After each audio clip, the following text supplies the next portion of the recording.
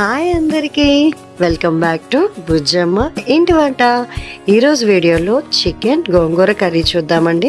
ముందుగా చికెన్ని పసుపు ఉప్పు వేసి నీట్గా కడిగి పెట్టుకోవాలి. సో తర్వాత ఈ గోంగూరను కూడా మంచిగా కడిగి పక్కన పెట్టుకోవాలి. ఆయిల్ హీట్ చేసి ఆ గోంగూర వేసేసుకొని అలా కలుపుతూ ఉంటే పేస్ట్ అయిపోతుంది. ఈ పేస్ట్ అలాగే ఆయిల్ హీట్ చేసుకొని పచ్చిమిర్చి, కరివేపాకు, ఆనియన్స్ వేసి బాగా ఫ్రై చేసుకోవాలి. ఉప్పు పసుపు వేస్తే ఇంకా బాగా ఫ్రై అవుతాయండి. అలా ఫ్రై చేసుకున్న వెంటనే కడిగి పెట్టుకున్న చికెన్ వేసేసి మూత పెట్టి మగ్గించుకుంటే మంచిగా చికెన్ కుక్ అయిపోతుంది. తర్వాత కారం వేసుకొని దాని మీదే టమాటోస్ వేసి బాగా మగ్గిన తర్వాత కొంచెం వాటర్ వేసుకొని కుక్ చేసుకోవాలి. ఒక 5 minutes తర్వాత మనం ముందుగా కడిగి పెట్టిన గోంగూర పేస్ట్ని కూడా వేసేసి మగ్గించుకోవాలి. అంతేనండి, చికెన్ గోంగూర కర్రీ చాలా బాగా వచ్చింది.